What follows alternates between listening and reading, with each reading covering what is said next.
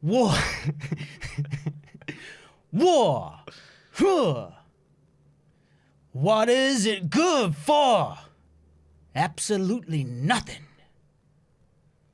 Welcome along to the Guy and Harley podcast. My name is Harley Neville. And I'm Guy Pigden. Who was that? I don't know. You don't actually know who sung that song. Pink Floyd. No, I'm not sure who it was. It's a very famous song from the Vietnam era. It's a pretty good cider, actually. Yeah, it's the pear cider, mate. Turns out you might be a pear cider drinker, not a apple cider drinker. Well, yeah, no, you might be right. Quite like them both. But, so welcome along to the Guy and Harley podcast. Yep, welcome along to our 6 viewers on YouTube and the others on Twitch, Facebook, and various other smaller platforms. Welcome along to the show, the World War III special edition. Welcome along to Right Wing Richard on the live stream, who was having a spirited debate with me prior to the beginning of this YouTube cast. Let me guess. He's pro-Russia. No. He's pro-Russia and anti-mandate. No, he's Sunday roast. Let's kick things off. He said that people should be allowed on the dance floor to cut loose. And I said, I said they shouldn't be. And he said, what's the difference between that and the supermarket? I said, well, there's a huge difference between that and the supermarket. Yeah. You're really reaching with the supermarket thing. Yeah. But then he said, okay, but what's the difference between here and the gym? Yeah. And I said, well, look, that is a closer comparison, but even still, I'm not inches away from my friends at this far away. I'm not grinding up and down. Yeah. So I don't have, I don't know if we can't really cut. Here. But essentially, I'm not this close to my gym mate. Yeah. Like my pelvis area is not connected and grinding up my gym mate as I whisper sweet nothings in his ear. Yeah. At least not most of the time. Yeah. And so, that's the issue, I think, with the sort of the increased. I just feel like but he also said, well, what about BJJ, which is like judo and stuff, right. and also wrestling, my wrestling training, or Alex, my close personal friend's wrestling training, that's all close contact, right? Again, my retort to that is, it's going to be in a 200 people on a sweaty dance floor, rammed, is not the same as 10 or 20 people doing these close contacts things. And I think his retort to that was, well, there's still going to be limitations on how many people are in the dance floor. So how many people on the dance floor bumping and grinding, Harley? What's your take? Well, I mean, it sounds a little difficult to socially distance on a dance floor. And I would also kind of point out that, much like I'm sure you said, generally speaking, some of these things are necessary and others are completely unnecessary. So you could argue, obviously, the supermarket, extremely necessary. You've got to go there. Can't compare it. And then the gym, you go, okay, all right, the gym maybe is not as necessary as the supermarket, but it's certainly a lot more necessary than the club. Hitting up the club. So there's that. Plus, on top of that, dancing comes and generally goes hand in hand with drinking, at least in New Zealand. So, you go into the club, you're drinking, you're getting a little liberal, you're letting loose. You may or may not be grinding up against somebody, as you say. You might also be, at minimum, even if you're not kissing anybody, you're breathing all over people and yelling and yahooing in their ears. I remember I was in a bar in Japan. Yeah. And one of the locals wanted to talk to me, and I was like, oh dear, because I was quite concerned about COVID at the time.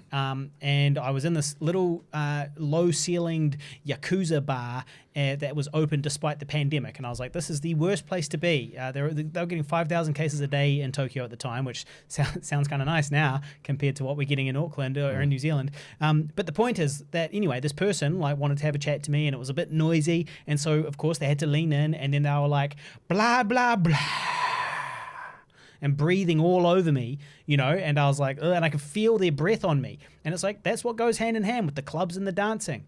So I feel like you are more likely to, contract it, and it's just kind of unnecessary compared to, say, the gym. When I go to the gym, I always go at the quietest time possible. I kind of hate people. I certainly want to, I was socially distancing before it was cool. And so, when I go to the gym, I always go at the quietest time possible. If I go to a class, I always go to the unpopular classes, and then by being there and being all hairy, I scare away, a few of the other people too.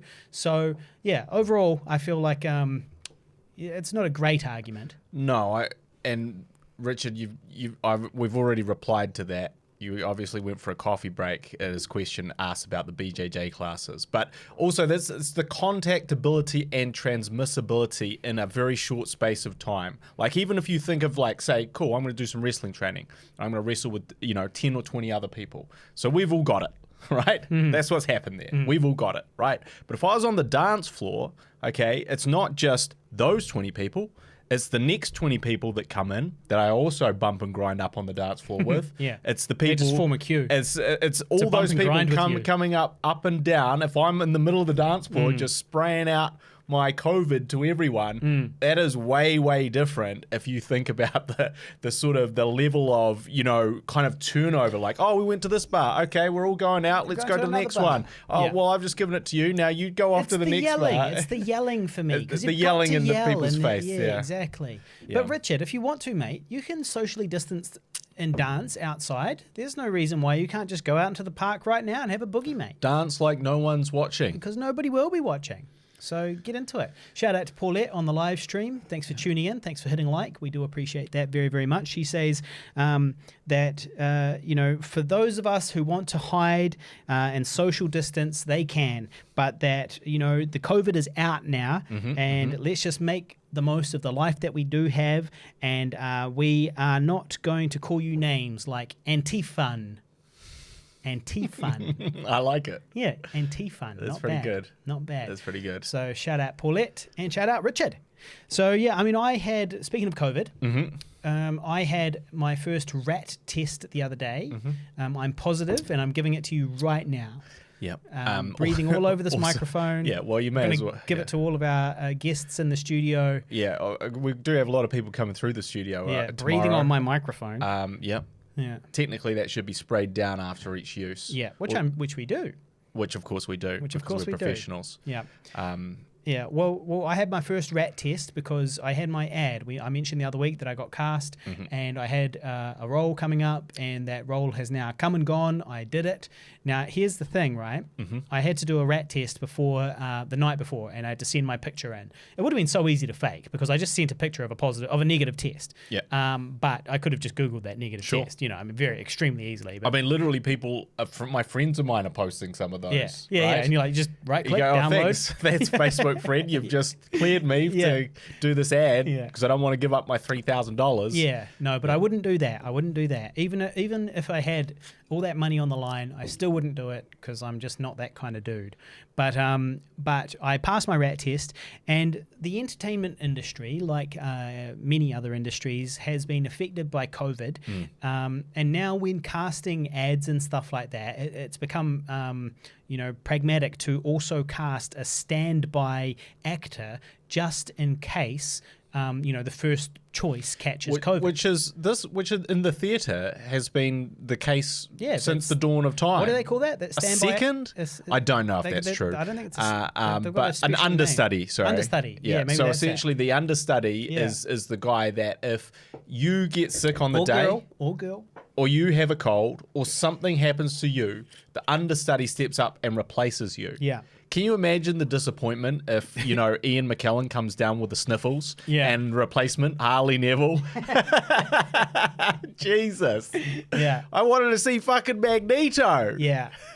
Yeah. Well, look, I'm not that unlike Magneto in my physical characteristics, at least.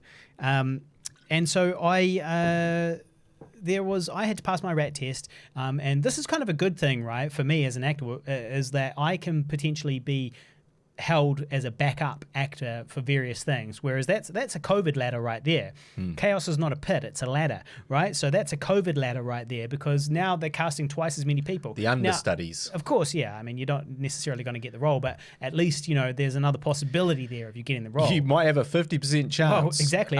Given that they say that 50% of New Zealand is likely to get it. To get Omicron in the next little while. Yeah, the next few weeks. Yeah. I mean, we've been quite lucky so far in the sense, not to jinx it, but obviously at some point it is going to affect us. There's 2 of us in the room. Statistically, one of us is going to get it. I do have a little tickle in the back of my throat. Oh, yeah, a little tickle, eh? That's how it begins. Just a little tickle. So could be something, could be nothing. Could be nothing. Don't know. Time will tell. I've been sneezing quite a bit, but the thing is, I sneezed before COVID existed, and I had my rat test. I was sneezing, however much I would probably normally sneeze, and had my rat test and I passed. So I probably don't have it. And then she who shall be named, she had we've been spending a lot of time together, and she had a rat test the other day. Since my rat test, she also passed it. So I feel like I don't have it. But anyway, entertainment industry has been affected, right? And there's all these backup actors on standby and understudies, this new opportunity. And so what that means is for my ad, there was actually some short, bald, handsome guy just, wishing and hoping that I would get COVID because obviously he would then get the role, right? He was preying on your downfall. He really was. Well, the joke is on him though, because it turns out that he got COVID. Okay, that is pretty funny. The backup understudy got COVID. Yeah. Okay, that is pretty funny. Yeah, and that's pretty funny. I didn't, luckily. So the production coordinator called me and said that heaps of people had to drop out because of COVID. And I was like, well, is that because they're all afraid of COVID or because they've got COVID? And she was like, they've got it. They've all got the COVID. Yeah. And I was like, okay, all right. But the shoot went well, and it was extremely easy. It was 6 hours on set. Yeah. It was free lunch, no dialogue, 3 wide shots. I was in 3 wide shots, so I didn't even really need to do any face acting. I didn't even do any face acting. No close up for you. 3 wide shots. Basically no acting. $3,500 for the day. Thank you very much. But I was also in some photos, which may or may not pop up on billboards somewhere. Interesting. Yeah. But my original fee was... Did you say no dialogue? No dialogue. Okay. No dialogue, wide shot. Shit. I was just doing nothing. That's like the first... To me, that's the first shot of the day before you get to the real work. Yeah. You know, like as in it's like, look, we're just fucking around, so we'll get the wide shot out the way. Obviously, we're barely going to use it. Yeah. Because, obviously what we really care about is the close-ups, the dynamics, all that sort of thing. That's what's really going to tell this story. But let's just quickly get this now at the start of the day, to, like an hour into the day, and then we'll move on to the real meat and potatoes. And you're like, I'm out. I'll see you later. I'm done, dude. Thanks. Well, actually, one of them would have been an MCU, but an MCU on the other guy and over my shoulder. So it was more like 2 wide shots and my shoulder. And coverage of someone else. Coverage of someone else or something like that. Yeah, it was extremely easy. So it's the actor's life for me. And I lost $1,000 off that fee, though, because originally it was meant to go on TV, but also on the internet and also in print and also in a few other places. So it was meant to be $4,500 for the day. Yeah. And they reduced that to $3,500 because it's not going to be on TV. It's only going to go on print and these other places. But I do have a feeling that that print shot is going to be showing up somewhere, and it's me with a New Zealand celebrity who I won't name. You'll see it when it comes out. It's me with a New Zealand celebrity. Let's just call him Gary of the Pacific. And what? You haven't seen that? Oh yeah, I have seen that. And so, wasn't that critically panned show that like everyone like? Probably. I didn't actually. No, it was a movie. On. I thought it was. Oh, it was a movie. You're right. Yeah, I thought it was a movie. There's a movie that everyone took a royal dump on. I thought it was kind of successful, but what do I know anyway? But the point is that I reckon that they might actually use that photo as like could end up being on billboards or at least social media. So I'm not really sure how I feel about that because, I know I'm an actor and stuff, but I don't actually want to represent brands. I just prefer to get paid, do some acting, and then it's good. Maybe it'll be good. Maybe it'll turn into a meme.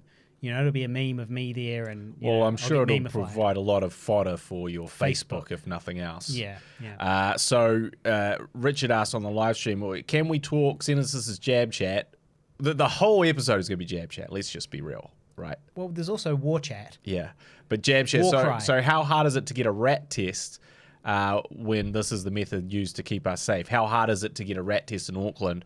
Well, for you, how hard was it? Well, extremely easy. The very first day that they were... It's the government's fault, Richard. It's the government's fault. The government are doing this to us. On the very first day that rat tests became like publicly available, I got one for free from my employer. Right. And then she who shall be named, same deal. She got one from her employer for free.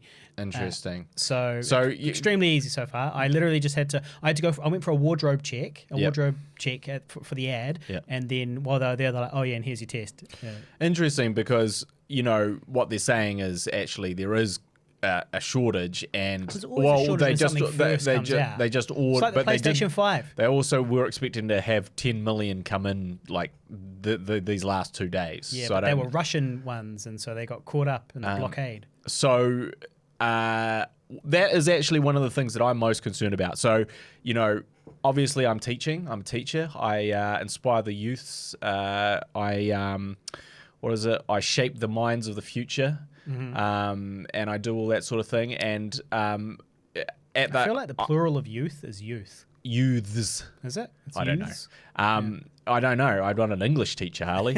Okay. So if I was, start worrying. I'm just a native English speaker who's been speaking it for 38 years. Yeah, but I don't know anything about it. I don't profess. Yeah, I could be wrong. To be a master. Wrong. What do I know? See, this is the thing. You don't I would never proclaim myself to be an expert. At the English language, at teaching English. Yeah. And therefore, I don't claim to know a lot about it. Okay. I defer to the experts in the field. Okay.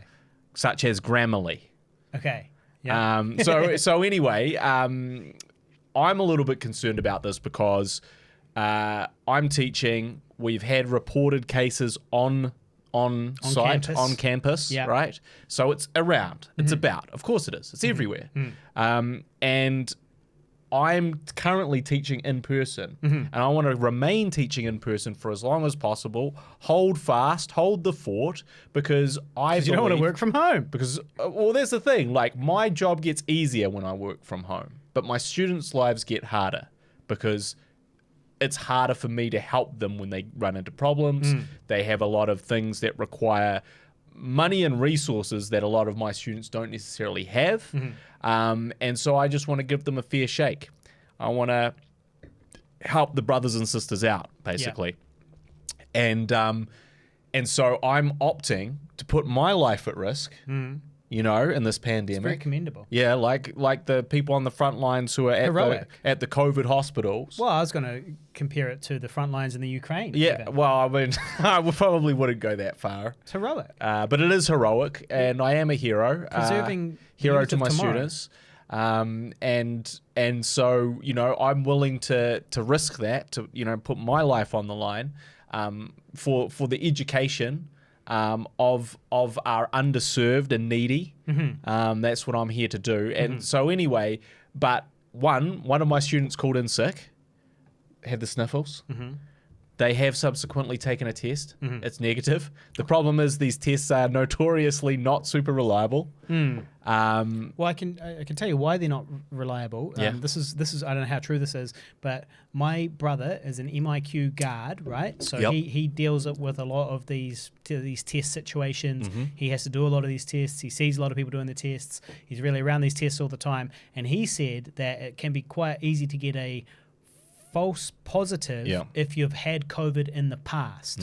So it can still show up if you've had it. And you don't even have it, but you've had it at some point in the past. You can get a false positive from that. So, it's just a little insider scoop there. Yeah, so, but he's had a negative. So we're proceeding as if all is well, right? But it is a matter of time until I or one of my classmates get it. And I am a little bit concerned. It's like, okay, so if I can't get a test, quickly, I can't then establish quickly what, do I just go home for 10 days? And just go, well, I couldn't get a test, but I'll just sit at home. Right. Assuming that I've got it, even though I don't know that I've got it. Well, what is the current situation on getting these rat tests? Well, they're just hard. Where do you get them from? What they've said is that they should be available at any sort of pharmacy, readily available. Yeah, but... Because if I was going to buy a rat test, right, I wouldn't buy one. I wouldn't walk in and buy one. I'd buy, say, 10 of them because I know that, one is only good for one use. I think the issue is that you can go and ask for one and the pharmacy goes... We'll give you one, we won't give you 10. Right. because you're come back for your next you're one. the problem. Yeah, you hoarding. You're hoarding. You panic hoarding. You're panic hoarding these rat tests. And I just put them next to my big pile of toilet paper, and I just leave them there. Yeah. Actually, I've only got one roll of toilet paper left, if I'm honest. Well, I'd keep an eye out because the shelves have been looking a little bare recently. Yeah. Beer is a bum. Yeah. Bare is your ass not using that toilet paper. Yeah. Shout out to Daniela on the live stream, and nice to see you. Nice to see you too. Nice to hear from you too. And also shout out to Joanna. She says we sound very good. That's good.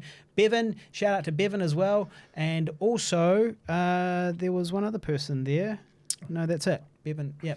So shout out to all those people.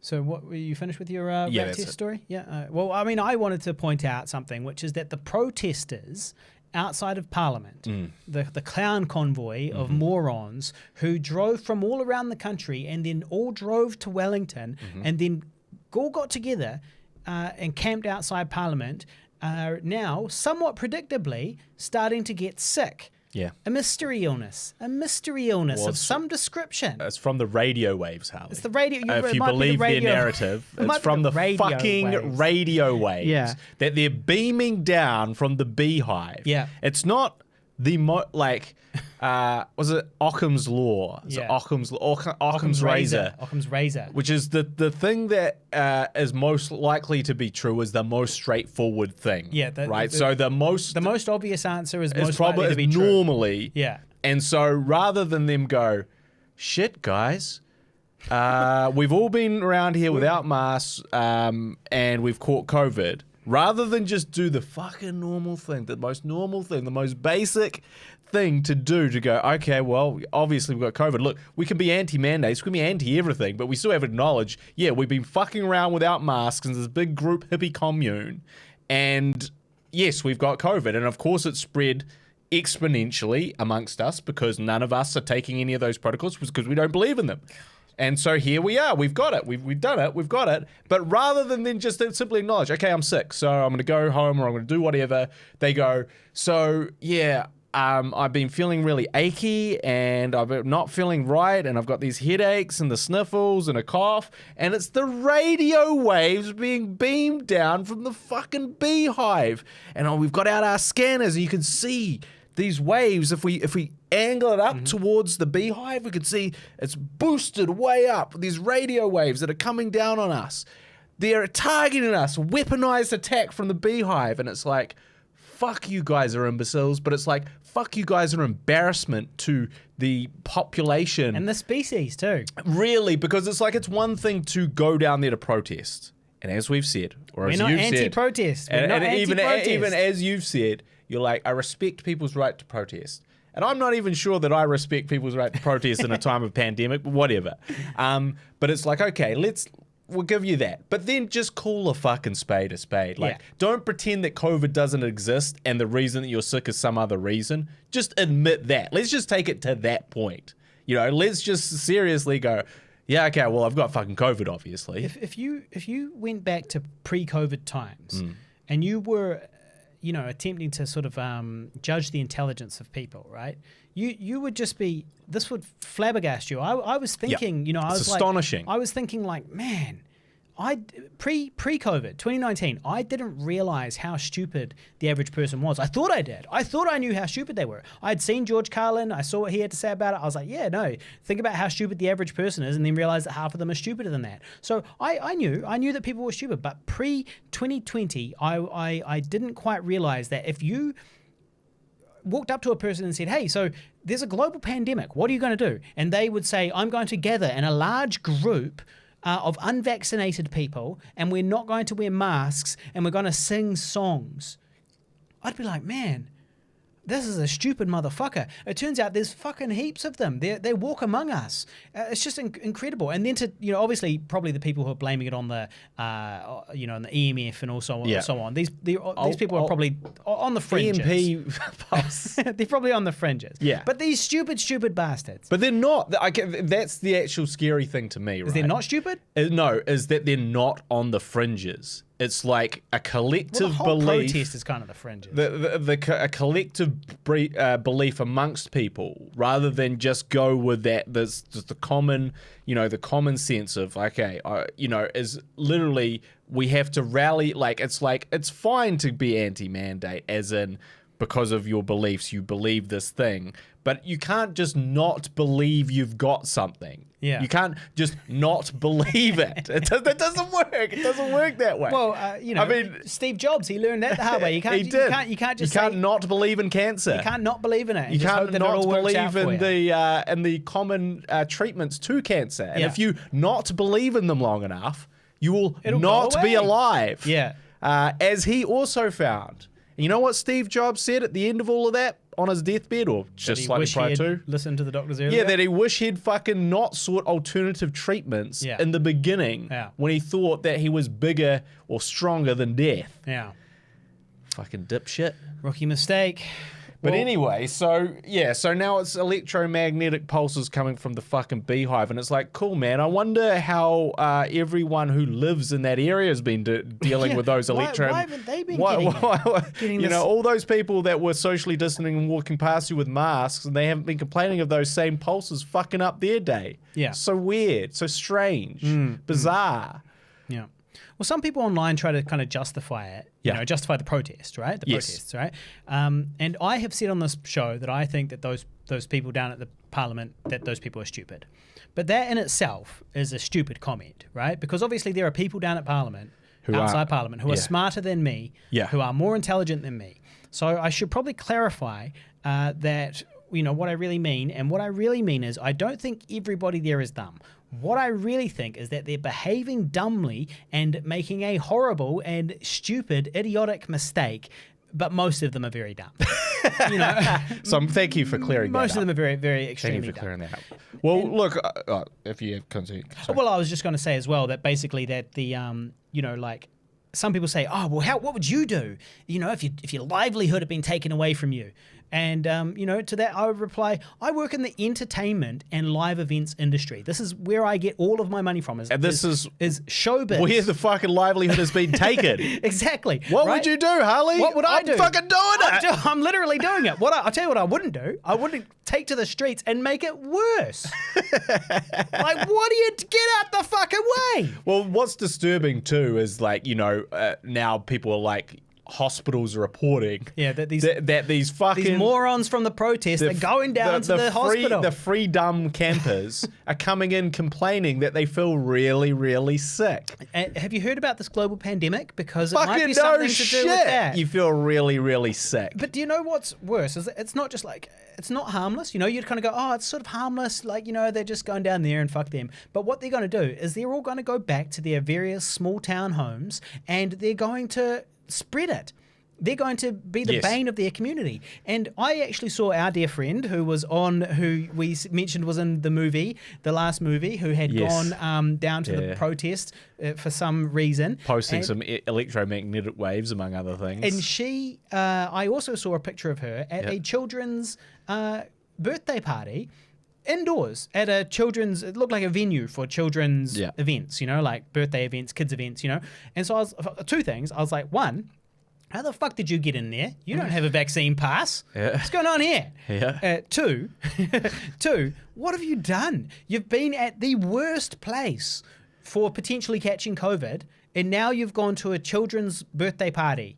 And you are potentially, which is probably the second worst place to be during a pandemic, and children, a lot of them are unvaccinated. And can't be vaccinated. Exactly. So what are you doing, you monster, is what I would say. It is quite tragic to consider, but all of that warped by the perception of misinformation, Obviously, she thinks she's doing absolutely nothing wrong. Yeah, just like the Nazis. The average Nazi didn't think they were doing anything wrong at the time. They were paying their taxes, right? The average German citizen was just paying their taxes. Right? Harley Shitler moment. They were just paying their taxes, okay? They didn't realize they were Nazis, but what they were doing was they were empowering a fascist regime which was killing millions of people. But they had good intentions. They were just paying their taxes. They were still paying their taxes. They were just going to work. The government they were still doing their job. They were just doing what they're told to. Yeah, work in the munitions factory, I was going to say, work in the concentration camp. Well, fucking cap a bunch of fools. Well, that's They were just doing their job. Well, they were. I mean, those ones were maybe a little more culpable than I think that than the ones working in the munitions factory. Yeah. Or making rations, food rations kits to be sent out to the soldiers. Still part of the problem.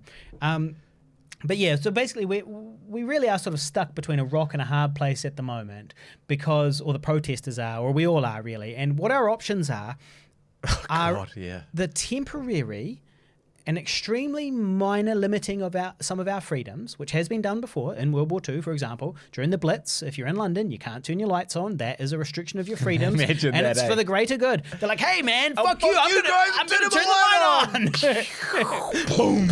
Oh, fuck. Yeah. So it has happened before, right? So we can either do that, the extremely minor limiting of our rights, or we can let the virus rip through our communities, killing vulnerable people. And me, personally, I mean, there's different types of people in the world. I'm personally the type that would get the jab despite it being a pain in the butt. I'd wear the masks despite it being a moderate inconvenience. You'd wash your hands. I'd wash my hands. I'm sick of washing my hands. Pre-pandemic, I didn't have to wash my hands. I never had to wash my hands. I just go about unwashed, and that was all good. And now you guys are telling me I got to wash my hands when I go somewhere, where I come from somewhere, where I pick something up. Ridiculous. The final freedoms. The final cherry on top of all of this that just makes the protesters look so bad is this. What they're complaining about is the mandates. Okay, so that's what they say. Yeah. Some of them are anti-vaxxers, some of them are fucking lunatics, some of them are racists, some of them are religious nuts, but some of them are sexual predators. Some of them are sexual predators, and the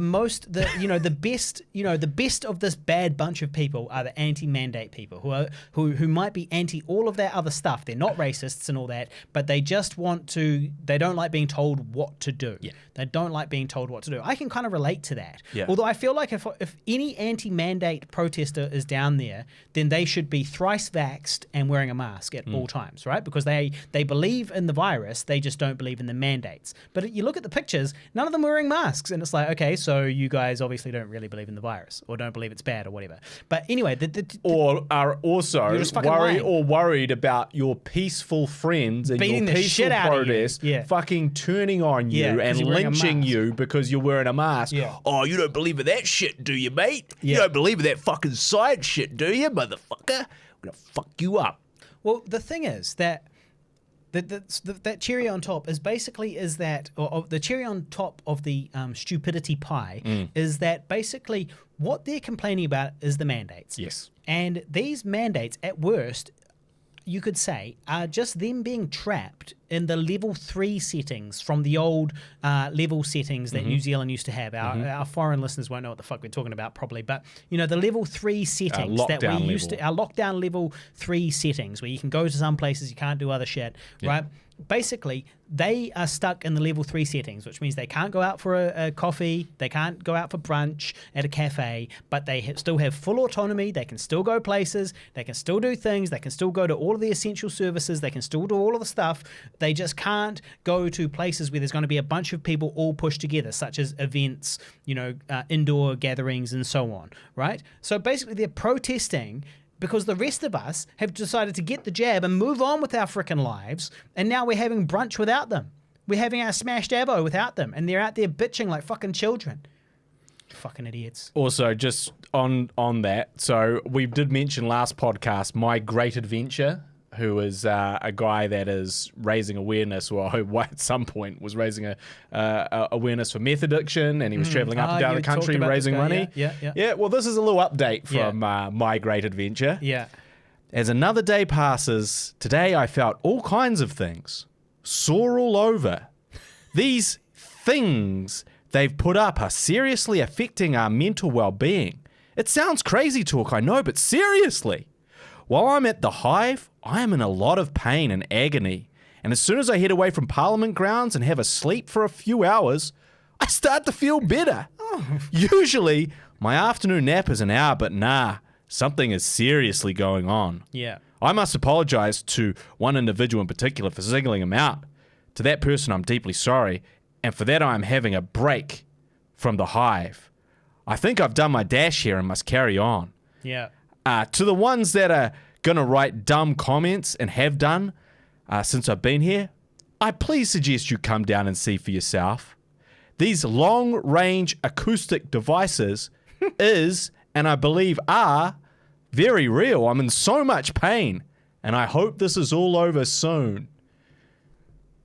Why would you not think it was the virus and the global pandemic? Because you don't believe in it. Because you're in denial, because you're a fucking moron, my great adventure. Yeah, so I was triggered by that. I had to reply to that. Yeah. I said, you've been to a COVID hotspot, you're not vaccinated, and naturally you probably caught COVID, and you feel sick because you caught COVID.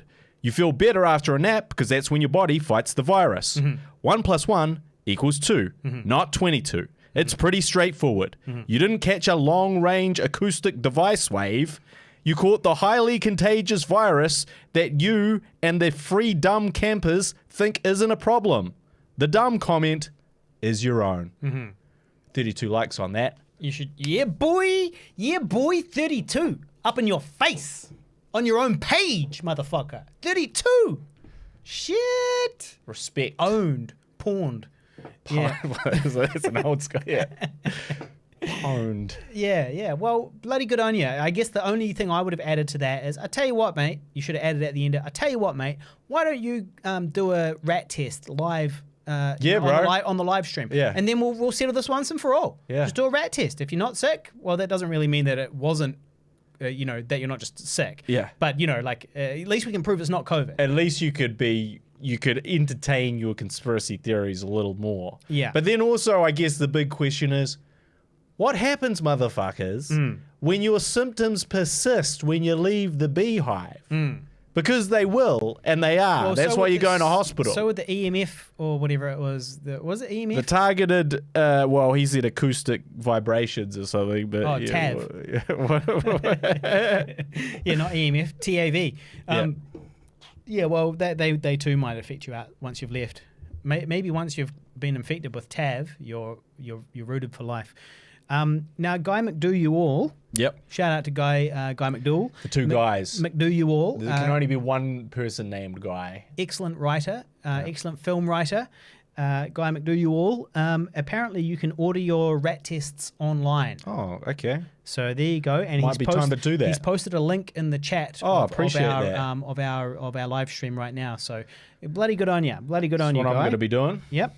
And then Paulette, other end of the spectrum, says that perhaps the people, she says that the people at the event that are getting sick, at the protest that are getting sick, are actually sick from getting soaking wet for a weekend. They've all got the flu.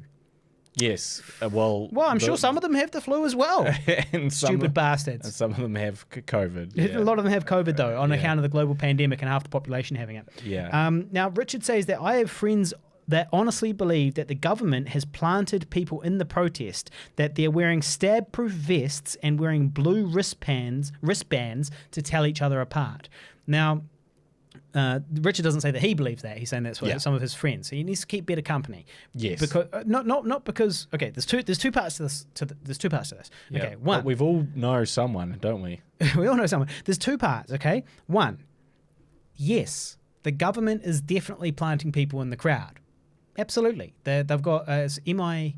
It's not MIQ. It's MIB or something like that. Like they've got a sort of a secret. There's a New Zealand secret police. This thing exists, and of course they're going to have informants in this crowd of dangerous imbeciles outside the fucking beehive. Of course they are, right? So of course they're sending through a few people. They've got a few informants. They're seeing what's going on. Absolutely, they would not be doing their job if they did not keep an eye on what was going on with this group of ears on the ground, deluded extremists outside the beehive. So there's definitely, without a doubt, I have no doubt that they have agents within that community, and that makes sense to me. But the wristbands is where he loses me, and the stab-proof vests, because obviously then you're just going to murder anybody with the wristband. It's kind of like a Star of David, during the war, right? They're just kind of these Nazis down outside the waterfront. Outside the Parliament are going to be able to identify people from their blue wristband, which doesn't really make too much sense.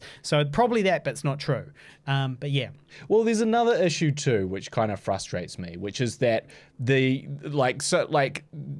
obviously these splintered factions within the group. Yeah. And some of this group might be quite nice and rational. But that's not all of them. And the problem is that group is in denial about what the rest of the groups may or may not do or have done. Yeah. And I think that's the real issue, is that, like, so essentially one person, like, they'll say, we did not fling poo was the, you know, was the thing held up. And it's like, no, yeah, you did throw shit. You personally did throw shit. Yeah. And maybe you didn't even know the person that threw shit. Yeah. But please understand that you're not this collective group of people with the same beliefs, ideals, and moral These compass. peace-loving people. You're in amongst a wretched hive of scum and villainy. And these people will not hesitate to spit on police and throw feces, or perhaps, you know, sexually assault someone. There's all sorts of fucked up shit that they might do. And you can't just go, oh, because we're all here for the anti-mandate, so we'll all behave well. Yeah. Because that's like, it's just mental. So we should clarify for our international listeners that there was 2 registered sex offenders who were partaking in the protest that were told to go the fuck home by the police, you know, because they were not supposed to be there. They were not allowed to be there. Some of the other hippies were bringing their children, and now you got these registered sex offenders, you know, uniting with the anti-vax crowd. Part of the cause, man. Part of the cause. It doesn't matter if you're a racist. It doesn't matter if you're a sexual predator.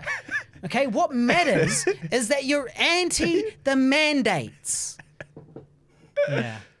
So, if that's the case, I stand by you, sexual predator that would assault my kid given an opportunity. And you too, Nazi! I'll stand by you both, as long as we both believe in the anti-mandates. The anti-mandate. Because our moral perspective only goes that far, right? It doesn't reach out to the rest of the things that might be important in the world. It's just the anti-mandates. Yeah. Jesus. Yeah. Yeah, well, Richard says that he actually never knew. Presumably, he's talking about and he's not being sarcastic. That he presumably he's talking about the idea that New Zealand has like basically a secret police that keeps an eye on these types of things. Well, I guess you probably did know, Richard. You just probably never really thought about it, you know. But of course, every government has, you know, more shady arms which are designed to gather intel from various groups. That's how we keep up with like terrorist cells and stuff how like we that, send electromagnetic pulses from the beehive down to the protesters to get them to disperse. Yeah. Well, good. I mean, that's probably Jab Chat, I guess. Yeah. Right. The first 40 minutes of the show is Jab Chat. Yeah. So good. Worthwhile. I will also say. Thanks for the thumbs up, Bevan, as well. I appreciate that. I will also say that unfortunately, you know, I'm being targeted as a freedom fighter. Okay, I've been targeted. Right. People are assuming, based on my look, that I might be part of these people. What? So people saw you, and they were like, he looks dirty and unhygienic, unkempt. He has grubby, hippie-ish hair. He's unshaven, a slightly vacant look in my eye. He is almost certainly a freedom fighter, a dumb anti-vaxxer. Also, they are just freedom campers at the end of the day. Yeah. I really feel like they're, you know, they say they're freedom fighters. You know, you're just camping out on the lawn at this point. But anyway, so, so 2 people. So last time, so I was going for a walk the other day and some crazy man without a mask, shirtless, may also be homeless, kind of staggered past, and we gave him a sort of a wide berth. It was like, yeah, okay. Yeah. And then after we did that, he started ranting on about Putin and Biden and the war. I'm guessing he was pro-Biden, anti-Putin. Unfortunately, he seemed to be anti-everything, but then he also started like shouting about it. Yeah. And I did egg him on a little bit because I was kind of like, what the fuck are you talking about, mate? I was like, what are you talking about? Were you so assertive? Did you say fuck? Or you like... Nah, I said, what are you on about, mate? I was like, what are you on about? Yeah, I was like, what are you on about? What are you talking about? Are you talking to us sort of thing? And would you have him? And he sort of... In a scrap? Oh, yeah, absolutely. In a scrap, would you have him? Yeah. Yeah, you'd take him. I'd clothesline him. You'd clothesline him. I'd clothesline his head off. First you'd DDP him. DDT. DDT him. Yeah. No, sorry, I mean DDP. Double penetrate. Well, that's where you stick. We're not on a dance floor, Harley. Oh, yeah, right. So, anyway, and he started ranting, and then he started shouting, but he was shouting, but not looking at us. So Right. he was shouting Yeah. like just towards no Yeah. one. There was no one there. He's autistic. And then he didn't we do the eye were contact over thing. here, but the shouts kind of started at us, and then it just veered off Yeah. into nothingness. Yeah. And then I was like, okay, well, we'll just leave that. We'll just Yeah. leave that. And then another guy pulled up, unmasked, of course, pulled up in his car beside me There's two of them. when I was taking my dog. this is a separate story. This is a separate story. Okay. When I was taking my dog for a walk, and he's like, "Do you know, man? Do you know what's going on?" Mm-hmm. And I was like, "Oh God." Yeah, I was like. There's a global pandemic, we should follow the advice of medical professionals. I was like, what are Hopefully. you? I was like, what are you talking about? He goes, they're saying I'm confused, man. They're saying I'm confused. And he goes, I'm not confused about anything. Yeah. And I was like, well, I was like, look, I still really not following what we're talking about here exactly. He's like, they said I'm confused. They just let me out. They just let me out of the institution. Yeah. And I was like, He was like, okay. What are we doing? But what are you confused about? What? yeah. And he was like, they just said I was confused. Yeah. And he never really articulated what. Yeah. And I was like, okay, man. Well, good luck to you. Yeah. You said good luck to you? You were like, Oh yeah, I good luck to you. was like, yeah, good. I was sort of like just try to end the conversation because he was parked. He was on the main road. Yeah. and he was crawling along, talking to me with his window down. Yeah, trying yeah. to pick me up like one Yeah. of these sex offenders at the fucking Wellington protests. Yeah. And I was like, yeah. So I sort of was like, okay, cool. Well, and when he said about he was clearly did have mental health issues. So I was like, this is probably not a time to sort of level him with some COVID truth bombs, as You're tempting like, as it is. I might just let this I one might go. just let this ride this He one might out. be packing heat. And I was like, okay, yeah, well, sweet, I'll see you later. You know, like good luck with that sort of thing. And he's like, you want to smoke a doobie with me, man? Oh man, You wanna come smoke a He would have doobie got with me me? there. He would have got me there. I would have been like, oh, bro, we need to calm and he down. did He'd be like, doobie, and I'd be like, And he alright. literally held it up so as to confirm it was yeah, real. yeah. Like a piece of candy offered to a small child. Yeah. In a van. And Yeah. anyway, I was like, nah, I'm good, thanks, mate.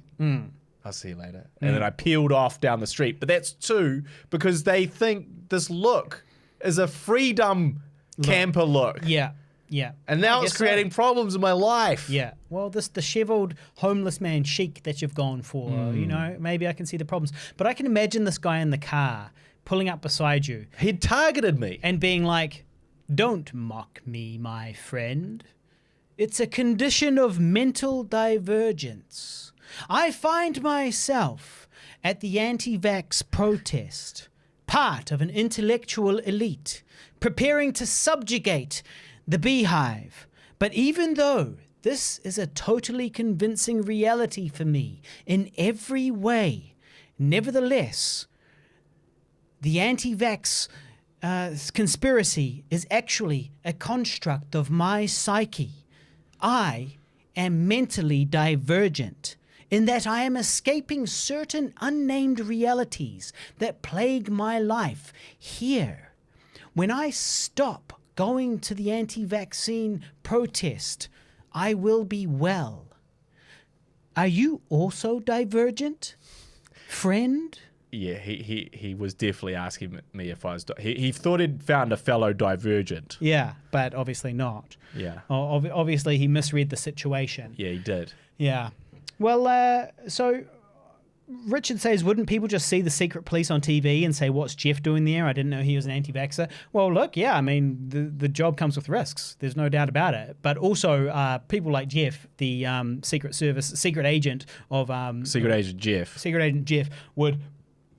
you know, probably not have a big social media presence or anything like that, and probably his close friends probably know that he's some sort of shady, Or maybe only his shady wife. shadow man. Yeah, exactly. Sleeper agent. So yeah, but to throw this is from Bevan, to throw out a topic change. Yeah. Probably a good idea. Well, it is probably a good idea. To throw out a topic change, did you know that Pornhub has been blocked in Russia? Now that's a sanction that'll affect you guys. Yeah, no, that's fair. Good call. Good Yeah, bird. yeah, no, it's true. It's true. Well, I mean, I guess we should move on from Jab Chat. I did want to say that Will Stones, what do you call him? Will Stone? Will Stone. Shout out to Will. He says that you've done this to yourself, brother. What with my look? Yeah. It's And not wrong. Sam Wheeler says, nice improvising there on that rant. Thank you. It was all just off the dome. That was off the top. Definitely did not read And from his iPad. That's off the cuff. That's a quote. It's a quote, actually, from a very good movie. From your memory. From my memory.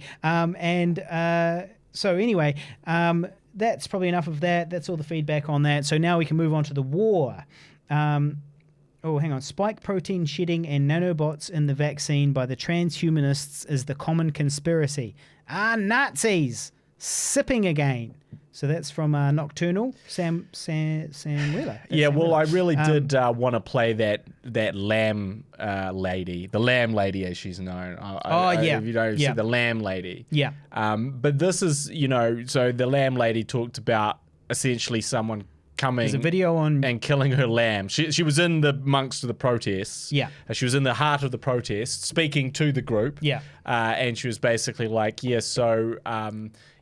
basically someone came over and killed my lamb. Yeah. Now, the funny part of that whole thing, if you listen to the whole, and maybe we'll share the link or something, but the funny part about that whole speech that she gave was that the person that came round to her house that killed the lamb was unvaccinated.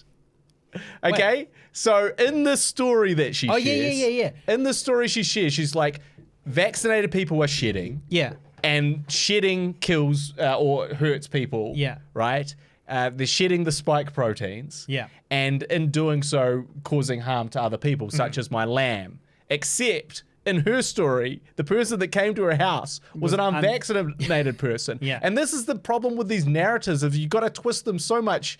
You're so detached from reality that you can't even go, well, if that was the case, isn't the unvaccinated people that are the problem? Well, Because no, they but just killed my lamb. She said that she had just, the unvaccinated person, the story is, had taken she the had a lamb. shed. The person had come in Yeah. to their farm to see them. Picked up the There lamb. had been a beautiful, cute little lamb, picked up the Pet lamb. This person was was also presumably some sort of anti-vaxxer because Yep. they're 2 years into a vaccine, into a pandemic, and they're still not vaccinated. So they themselves are probably an ally. However, they had been around somebody who had been vaccinated, and that person had infected them with vaccinatedness.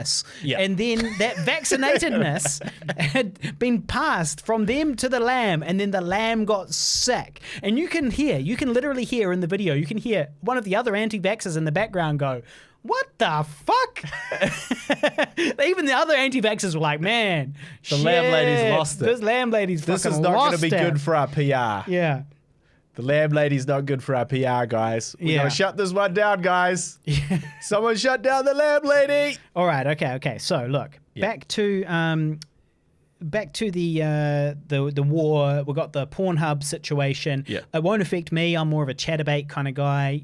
Every now and then I might check Pornhub just to see if there's anything new I going think on. this is only going to be a devastating blow Yeah. to Russia Yeah. if Pornhub, or was it Pornhub that did it? Yeah, Pornhub. So this is One of the only best- this is only going to be a devastating blow to Russia if XXX videos and RedTube also follow suit with Yeah. their support. Yeah. Otherwise, this is just it's a great gesture, but unfortunately the internet is comprised of 80% porn. Well, So also there is such a thing as a VPN. So yeah, they didn't really think that through. The average Russian wanker will be like, oh, Well, I'm sure you'll find Pornhub will be quite operational Operational. when my hand arrives.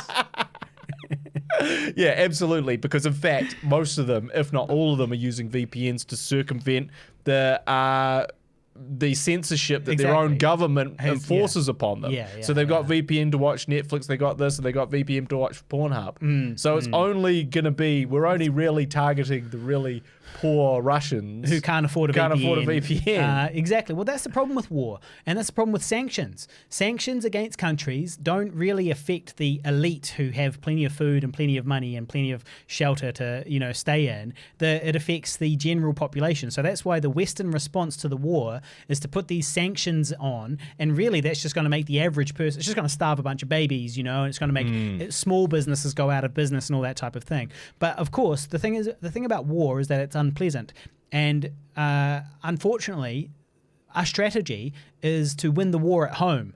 And what that means is you make life miserable for the population of your enemy country, and then those people rise up from the inside, fifth column I think they call it.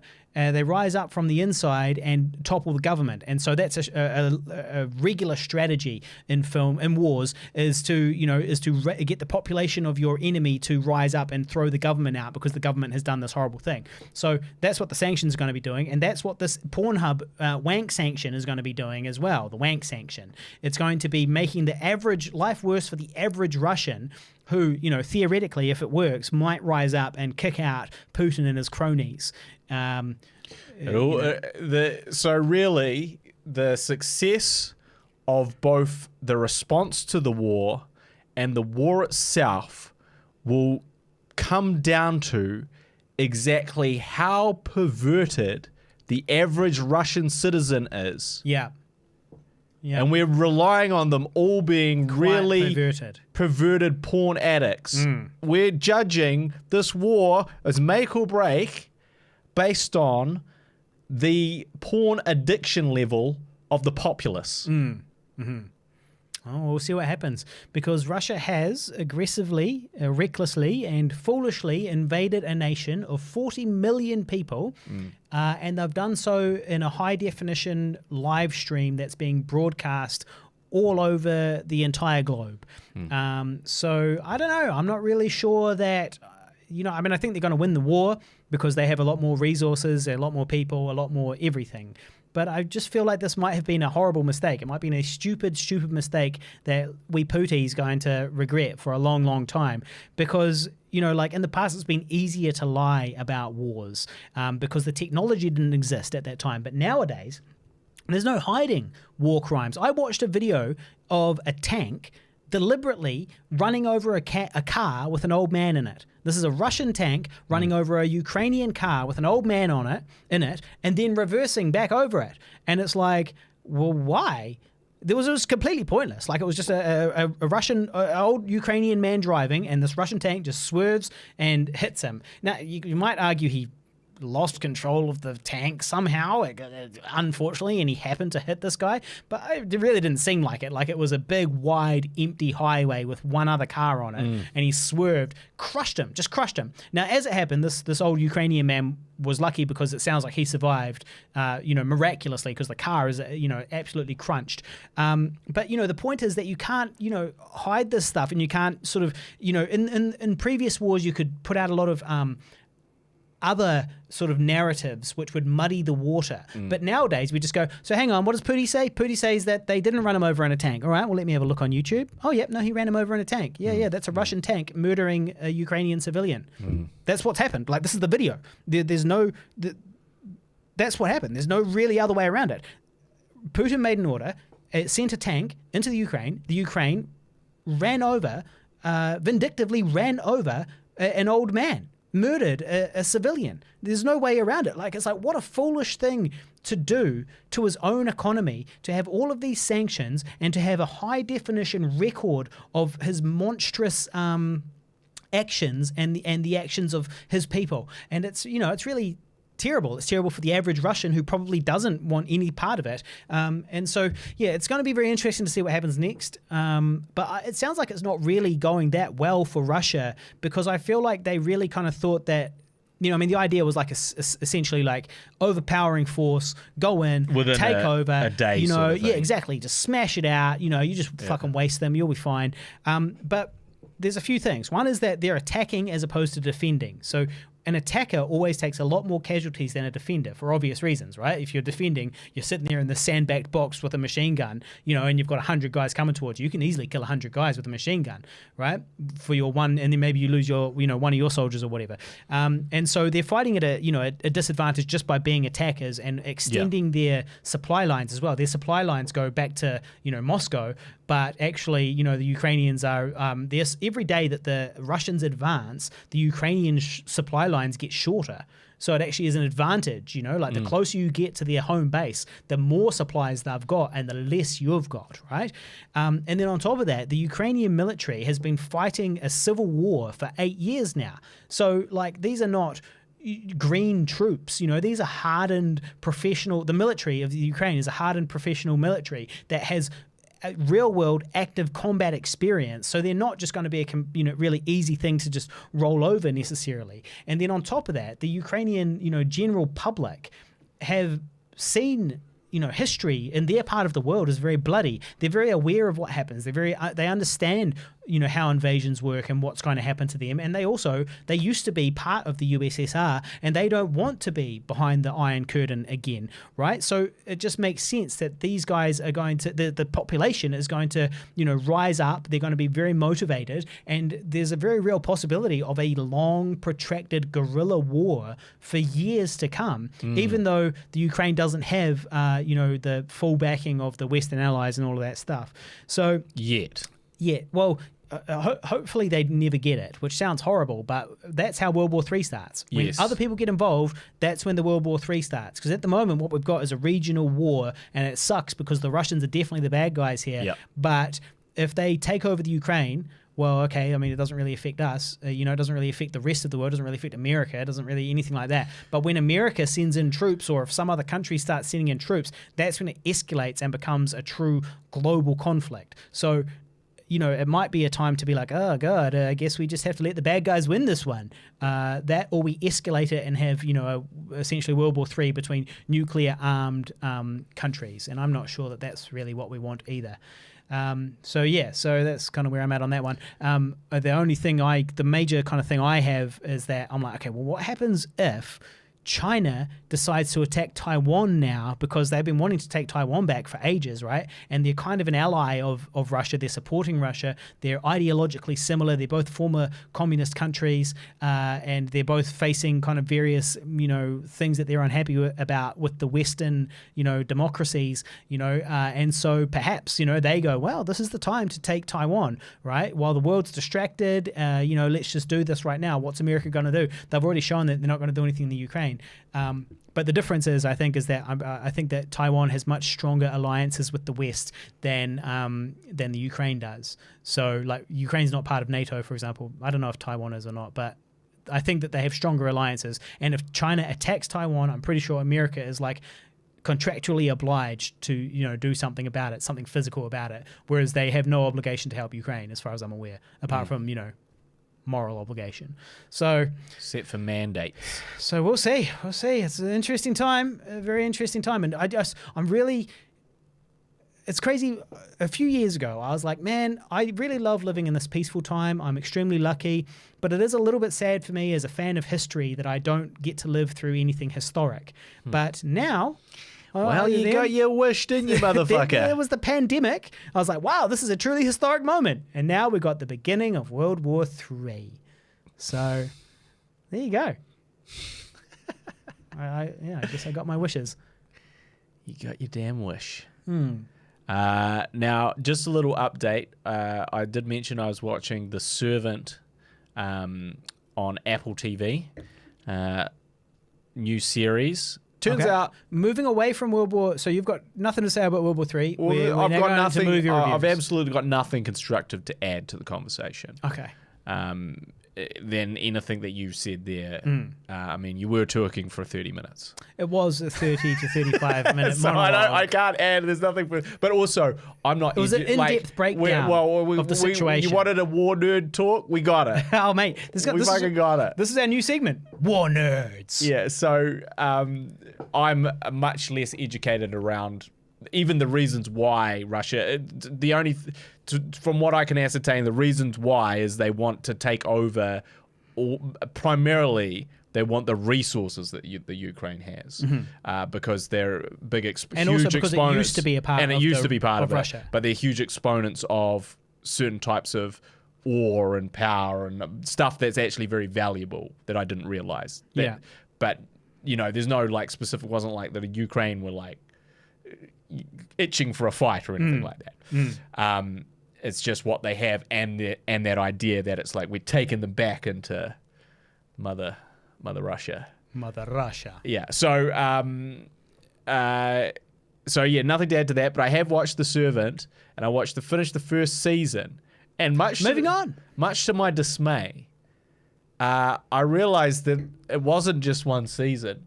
I thought it was like one of those limited run series, which would come to a conclusion. So it's The Servant. Yep. Okay. The Servant on Apple TV by M Night Shyamalan. Okay. And it was very cool. It was very mysterious. Except we got to the end of season 1, and it turns out there's a season 2 and a season 3.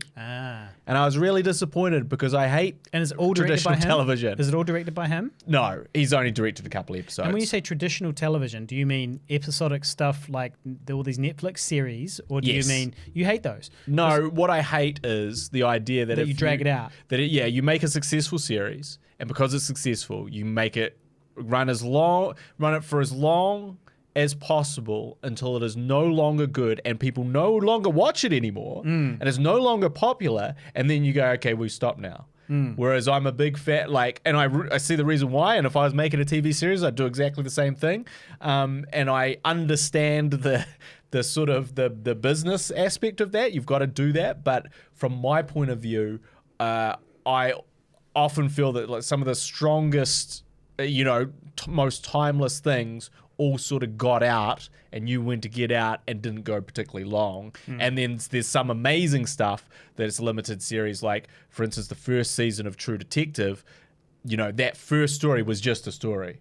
We're not going back to Rust and Coal. No. We're not going back to Time as a Flat Circle. Yeah. What was the name of the serial killer? The something king? Anyway, we're not going back to him. That story is done and complete, and it's brilliant. It's a masterpiece. And let's just leave it at that. Of course, they didn't. They made a subsequent worse seasons, which were terrible. I only got halfway through that second Well, season. you had to give up. Well, You couldn't even pronounce their names in the second It wasn't season. that bad, but it was just, I was a bit like, what's Vince Vaughn doing here? So what the fuck is Vince Vaughn? This used to be, what's his name? Colin Farrell? Yeah. who No, are we no, talking no, no. about? You're season 2. I'm talking about season 1. Oh, right. Time is a flat circle. What's his name? Matthew Russ. McConaughey Matthew and Woody Harrelson. Yeah, exactly. Amazing cast. And then you've got Vince Vaughn and, what's his name? You just said it. Colin Farrell. Colin Farrell. I was like, what? This is like a huge step down here. It's a huge step down. Colin Farrell, his feelings will be deeply hurt. Well, if he Colin listens to is this a listener podcast. of the show, so shout out to Colin. I apologize, mate. I apologize.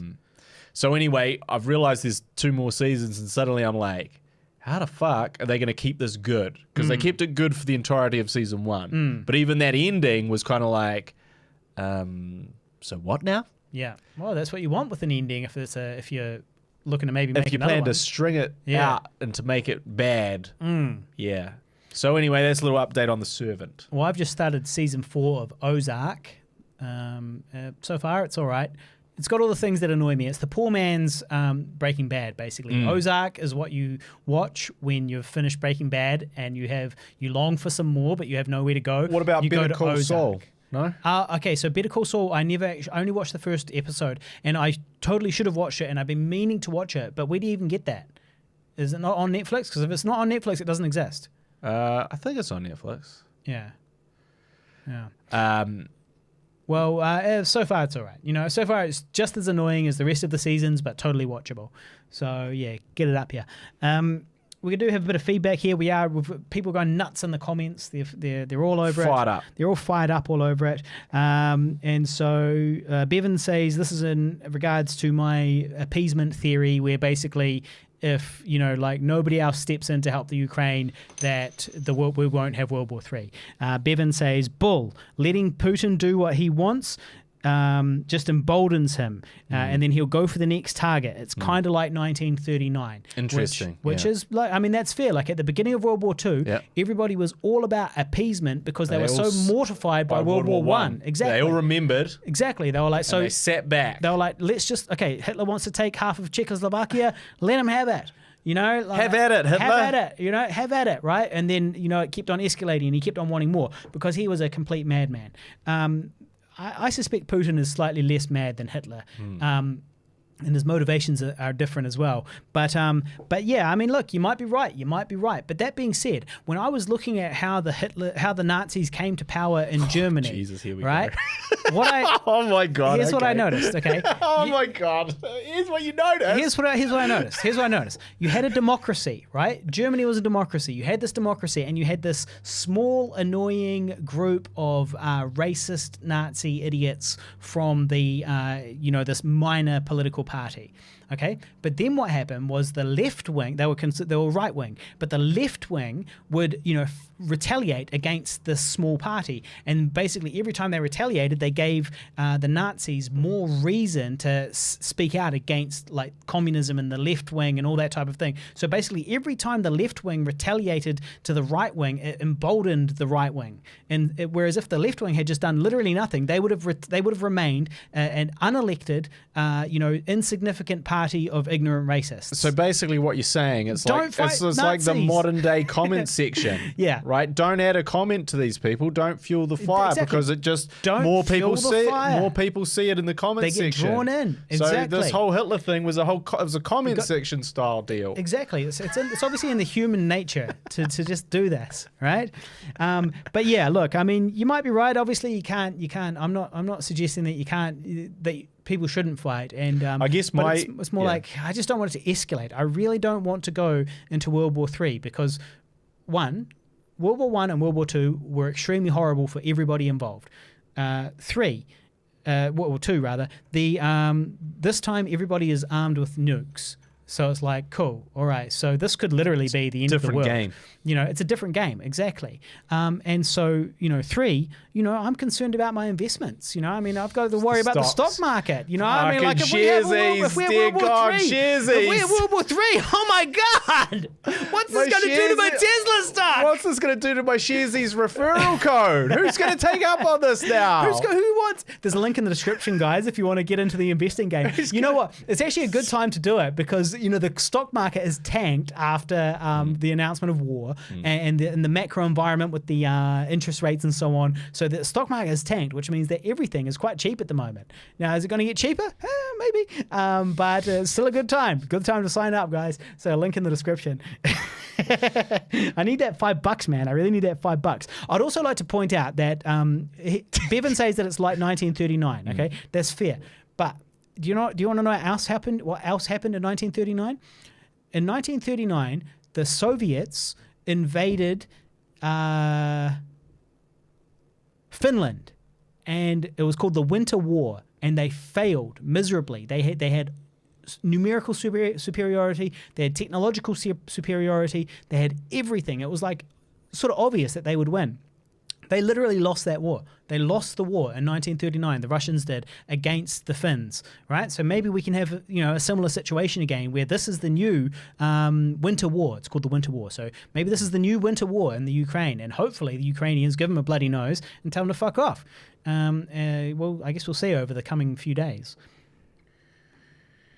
And then Paulette wants to weigh in. If NATO left the Ukraine alone, Putin wouldn't be in the position of putting his foot down.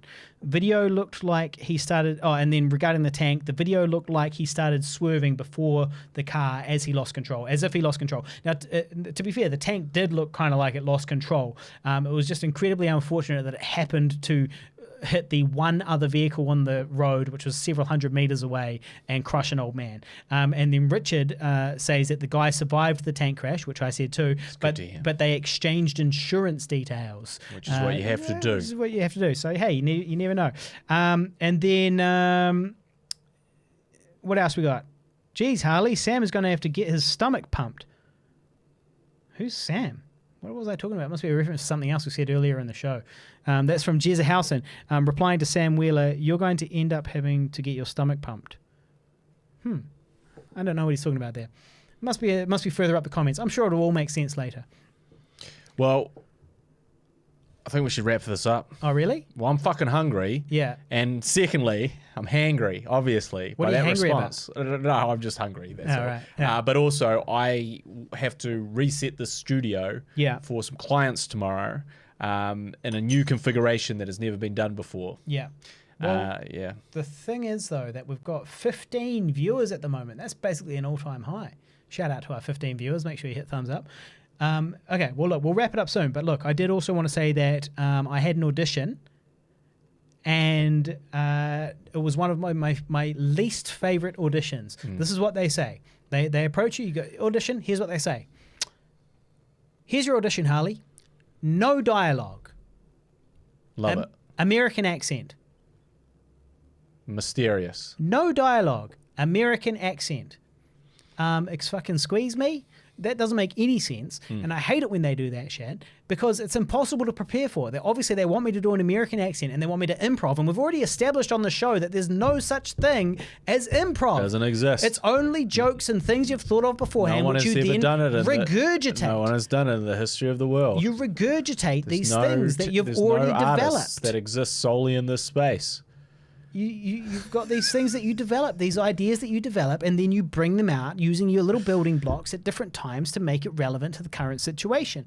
And so how can I use my wee building blocks and figure out how to do the accent if you don't tell me the script beforehand? How can I get the accent good if you don't tell me what I'm supposed to be saying? So I've got to show up and improvise, but in a strange accent, when you tell me, since when did the actors write the fucking script? You tell me. I tell you what, anytime they have, it's been a disaster. Exactly, right? And that's what happened today, a disaster at my audition. You just paid to be a pretty face. Yeah, so I had to show up, no dialogue, American accent, and so I just had to, make up some stuff, and I was like, well, hello there, little lady. I'm American now. My name's Jason P. Diddy Combs. I'm American. I'm from Savannah. And I'm talking now in an American accent. Is that you, John Wayne? Is this me? Is this me? Yeah. So basically, I went into that, complete waste of my time and theirs, almost certainly. But you never know. I might get it. I might get the role. We can only hope. We can live in hope. So that's for an American ad, actually. So it'll be kind of awesome if I got that role. If I did get the role and the ad started playing in America, that'd be quite cool because our 5150 American listeners would be able, maybe they would see it, and I just think that'd be kind of cool. Well, I hope that you don't get it, but you become the understudy, and then the person who was scheduled to do it does have to drop out, and you, as the understudy, get called up. Yeah. Because that would tie in well with this whole podcast. It would tie in well with the whole thing. It would add a lot of extra anxiety into my life, a lot of extra stress into my life. But it would be quite funny for the podcast, and that's what it's all about at the end of the day. It's this, what is funny on the podcast? Yeah. And will this be in person next week, or will one of us have COVID? When is it's a ticking time bomb? When's it going to happen? Well, has it already happened? Is this tickle in the back of my throat something serious? Well, to be considered a close contact, they changed the definition of this recently, but I'm pretty sure that to be in a room for more than an hour talking, yahooing and yelling and a little bit of dancing, it definitely makes us close contacts. So yeah, it's within the realms of possibility that one or both of us will have it next week. I guess we will see. We do have the aircon on, the fancy new aircon, so maybe that will help kind of blow it. And what it's going to do is the aircon's on my right, and it's going to blow all of your goobers to the left, away from me. I'm your infecting COVID you. Will directly go on to me. But like I said, I've had a recent rat test, and she who shall be named had a recent rat test, and we're both all good so far. So should be fine. Okay, so on recent rat tests, I guess we'll pack it up. There's a lot of great links in the description. Please check those out. Those are all great ways to help us. Have a look at the Lamb Lady on Twitter. Yeah. Anybody that wants to support us, make sure you hit thumbs up and write us a review. That stuff really, really, really helps. Oh no! Nocturnal says he topped up his whiskey, but war chat's already over. Well, I'm gonna. You'll have to put it back in the war cabinet. Yeah, there you go. Hey, don't do that though. Have another drink. No, I'm going to have to think of a better name for our. What's the name of that segment? Because obviously this war situation is going to go on for a little while, perhaps until the end of civilization itself in a few weeks. So, what do we call it? Which may or may not be in a few weeks or for a few years. Yeah. War cry. War cry.